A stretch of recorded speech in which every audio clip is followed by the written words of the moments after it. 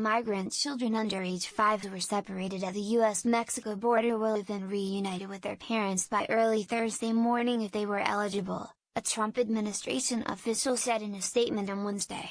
The American Civil Liberties Union, which sued the government over its separation policies, disputed that assertion. Their statement is vague at a minimum, said attorney Lee Ernst, noting that a San Diego judge had set a deadline of Tuesday for reuniting those children.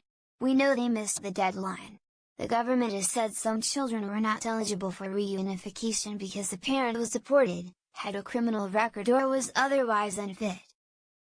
U.S. Judge Ana Sabra in San Diego had ordered the government to reunite the children under the age of 5 by Tuesday and all separated children by July 26. On Thursday, the government will give Sabra a progress report on the younger children and whether it expects to meet the deadline for the older group. The government has said around 2,300 children were separated from their parents at the border under the Trump administration's zero-tolerance policy on illegal immigration, which was abandoned in June after intense protests. The ACLU's Ernst said the government is not even close to reuniting all the children under 5 with their parents, including 12 adults who were deported without their children. He said the government has not told him how many children have been reunified with parents. "I've asked the government for numbers and they should have told me by now," he told Reuters. Since the government first came under pressure to ease its policy on separations weeks ago, it has shifted its estimates of the number of children it would reunite. The latest figures released by the government were early on Tuesday, when officials said that 4 children under 5 had been reunited and at least 34 more would be with their parents by the end of the day. Catholic Charities, which helped place some of the children in shelter facilities after their separation, held a news briefing in New York at which a handful of the reunited parents expressed relief after weeks of anxiety over the separations. "I'm happy to finally be able to be with my child. I will never be separated from him, no matter what," said a tearful Javier, a 30-year-old from Honduras, who was reunited with his 4-year-old son after 55 days of detention. "Those were the worst days of my life. I never imagined that this would happen." The organization provided first names only.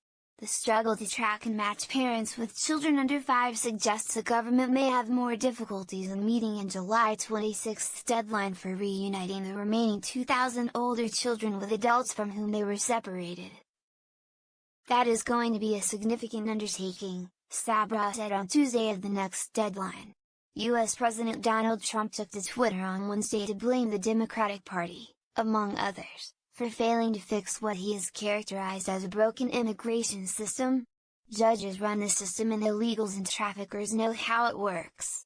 They are just using children," he said.